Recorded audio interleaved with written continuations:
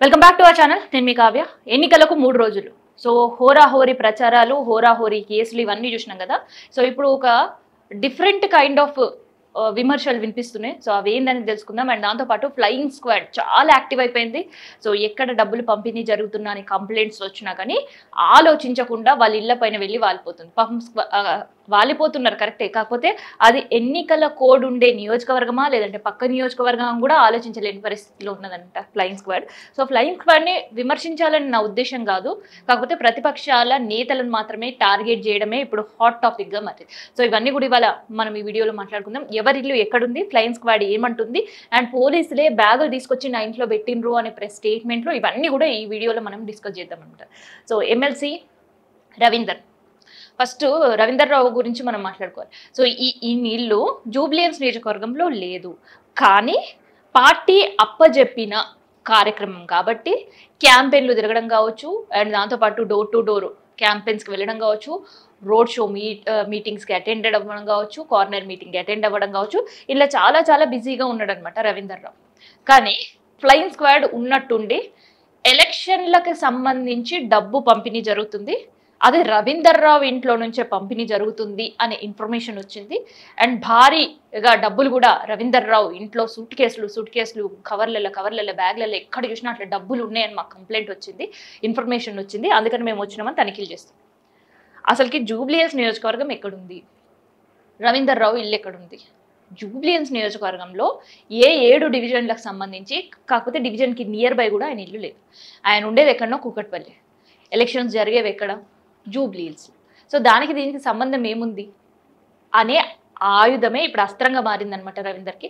So ఆయన చెప్పేది ఏంటంటే, చాలా యాక్టివ్ రోల్లో కాంగ్రెస్ ప్రభుత్వాన్ని విమర్శిస్తున్నా కాబట్టే పగబట్టి నా పైన కావాలనే ఫ్లయింగ్ స్క్వాడ్ అస్త్రాన్ని వాడుతున్నారు ప్రభుత్వం. సో నాకు సంబంధం లేదు, ఆయన నా ఇంట్లో మీరు వచ్చి ఎట్లా తనిఖీలు చేస్తారు? సో ఆ తనిఖీలలో ఏం దొరికింది అనేది పక్కన పెడితే ఇప్పటివరకు ఏం దొరికింది అనేది ఫ్లయింగ్ స్క్వాడ్ ఇప్పటివరకు ఇన్ఫర్మేషన్ లేదు.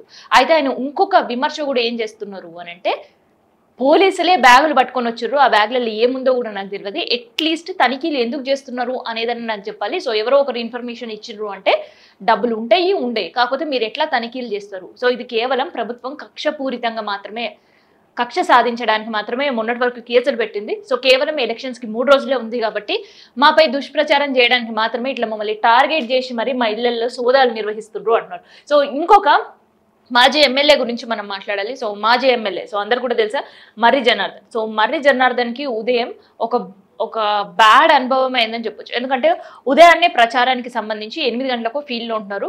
పార్టీ కార్యకర్తలు కావచ్చు, ఎమ్మెల్సీలు కావచ్చు, మాజీ ఎమ్మెల్యేలు కావచ్చు, మాజీ మంత్రులు కావచ్చు, ప్రజెంట్ ఉండే ఎమ్మెల్యేలు కావచ్చు, ఎవరైనా సరే ఉదయం 8 నుంచి 8:30 నుంచే ప్రచారాన్ని మొదలు పెడుతున్నారు. సో ఆ ప్రచారానికి వెళ్ళిన నేపథ్యంలో బయటికి హఠాత్తుగా వాళ్ళ ఇంట్లో ఫ్లయింగ్ స్క్వాడ్ తనిఖీలు అనే ఇన్ఫర్మేషన్ తెలుసుకొని ఇంటికి వచ్చింది జనార్దన్.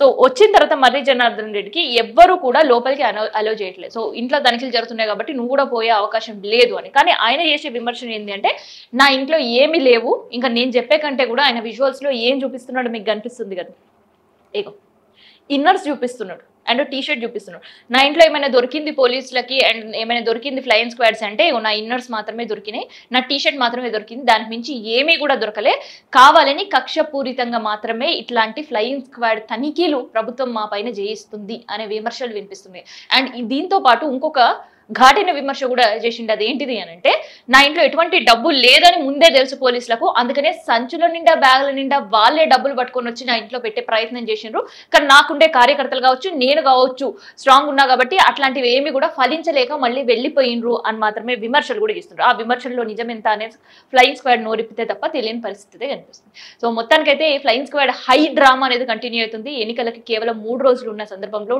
డబ్బు ఎక్కడికక్కడ అరికట్టాలని ఆలోచించారు, లేదంటే ఒకరిద్దరు ఇంట్లలో ఇట్లాంటి తనిఖీలు చేస్తే మిగతా వాళ్ళు క్యాంపెయిన్స్కి రాకుండా ఉంటారు, లేదంటే డోర్ టు డోర్ క్యాంపెయిన్ చేయకుండా ఉంటారు, లేదంటే రోడ్ షోస్ ఎవరైనా చేస్తే దాంట్లో పాల్గొనకుండా ఉంటారు. ఇట్లాంటివి ఏమైనా ఆలోచన ప్రభుత్వానికి ఉంది కాబట్టే, తమని కట్టడి చేయాలనుకుంటున్నారు కాబట్టే ఇట్లాంటి అన్ని కూడా చేస్తున్నారు అనేది బీఆర్ఎస్ విమర్శ. సో ఈ విమర్శ కేవలం బీఆర్ఎస్ చేస్తుందనే మనం అనుకోవద్దు, ఎందుకంటే ఇన్ కేస్ ప్రభుత్వాన్ని కనుక బీఆర్ఎస్ని టార్గెట్ చేయకపోతే మరి బీజేపీ వాళ్ళ ఇంట్లో కూడా తనిఖీలు చేయాలి, సోదాలు నిర్వహించాలి.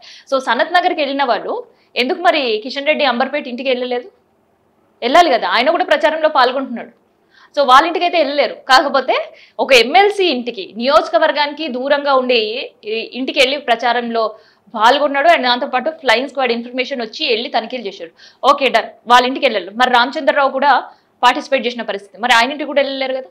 అండ్ నిన్న బండి సంజయ్ ఘాటైన విమర్శ కాంగ్రెస్ పార్టీ పైన చేసిన సందర్భం ఉంది. సో ఏకంగా సీఎంనే ఉతికి పారేసిండ్రు రోడ్ షోలో. సో ఆయన ఇంటికి వెళ్ళే ధైర్యం ఉందా? లేదు. అయితే ఆయనను కట్టడి చేసే ప్రయత్నం చేసిండ్రు. అండ్ దాంతోపాటు ఆయన సభకి పర్మిషన్ ఇవ్వకుండా సభ నిర్వహించి తానేందో నిరూపించుకున్నాడు. అండ్ దానిపైన కూడా ఘాటైన విమర్శలు చేశారు. మీకు దమ్ముందా నన్ను అడ్డుకోవడానికి అనే సవాల్ కూడా సీఎంకి విసిన సందర్భం. మజ్లీస్ పార్టీకి సంబంధించిన వాళ్ళు మద్దతు ఇచ్చే 2 పార్టీలకి హిందువులు ఓట్లు వేయొద్దు అని ఆ సభ నుంచి అందరు కూడా మెసేజ్ పంపించిన పరిస్థితి బండి సంజయ్. సో మరి నెక్స్ట్ మరి బీజేపీ వాళ్ళ ఇంట్లో కూడా సౌదాలు నిర్వహిస్తారా కాంగ్రెస్ అనేది ఇవాళ బీఆర్ఎస్ విమర్శలతో పాటు సవాల్ వేస్తుంది.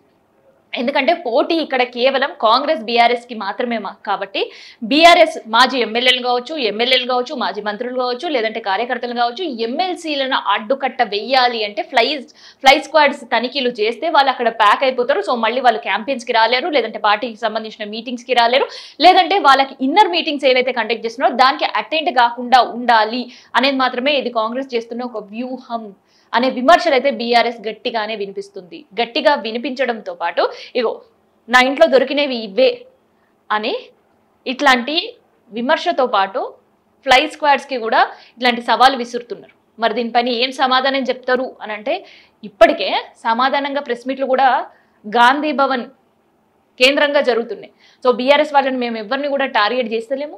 అసలు జరుగుతున్న ఫ్లాట్ స్క్వాడ్ తనిఖీలు కేవలం ఎన్నికల నియమావళిలో భాగంగా మాత్రమే జరుగుతున్నాయి. అండ్ నియోజకవర్గ పరిధిలో వాళ్ళకి ఏమైనా కంప్లైంట్స్ వచ్చినా, లేదంటే వాళ్ళకి ఏమైనా అనుమానం వచ్చినా ఫ్లై స్క్వాడ్స్కి అవి పూర్తిగా బాధ్యతలు ఉంటాయి. అండ్ వాళ్ళకి ఆ పూర్తి రైట్స్ ఉంటాయి కాబట్టి మాత్రమే తనిఖీలు చేస్తున్నారు. ఇంట్లో ఏమీ లేనప్పుడు మీకు భయం ఎందుకు ఫ్లై స్క్వాడ్స్ వస్తున్నప్పుడు అని కూడా గాంధీ భవన్ కేంద్రంగానే మంత్రులే ఓపెన్ గా విమర్శలు చేస్తున్న పరిస్థితి. సో ఇట్లుంటే మొత్తానికైతే ఈ 3 రోజులు కూడా ప్రచారాలు, విమర్శలు, ప్రతి విమర్శలు, కేసులు కొట్టుకోవడం, లేదంటే పిఎస్ల కంప్లైంట్లు ఇవన్నీ పక్కన పెడితే నాకు తెలిసి ఈ 3 రోజులు కూడా ఫ్లైట్ స్క్వాడ్స్ తనిఖీలు మాత్రమే జరిగేటట్టుంది. సో అవి మాత్రమే ఇప్పుడు పార్టీలలో హాట్ టాపిక్ గా మారే పరిస్థితి కనిపిస్తుంది. ఎందుకంటే ఇన్ కేస్ ఫ్లై స్క్వాడ్స్ కి కంప్లైంట్ వచ్చినా, లేదంటే ఫ్లై స్క్వాడ్స్ తనిఖీలు చేయాలనుకున్నా కేవలం ప్రతిపక్షమైన బీఆర్ఎస్ ఇంటి పైన మాత్రమే, మాజీ ఎమ్మెల్యేల ఇంట్లో చేయడం, ఎమ్మెల్సీల ఇంట్లో చేయడం మాత్రమే ఇప్పుడు హాట్ టాపిక్ గా మారింది. నిజంగా ఫ్లై స్క్వాడ్స్ కూడా ఏది వాళ్ళకి బీఆర్ఎస్ అని, బీజేపీ అని, లేదంటే కాంగ్రెస్ అని ఏది లేకుండా ఉంటే ఇప్పటి వరకు ఏ బీజేపీకి సంబంధించిన కార్యకర్త ఇంట్లో కూడా తనిఖీలు జరపలేదు. సో కేవలం బీఆర్ఎస్ వాళ్ళ మాత్రమే తనిఖీలు జరగడంతో దాన్ని ఎత్తి చూపిస్తున్నారు.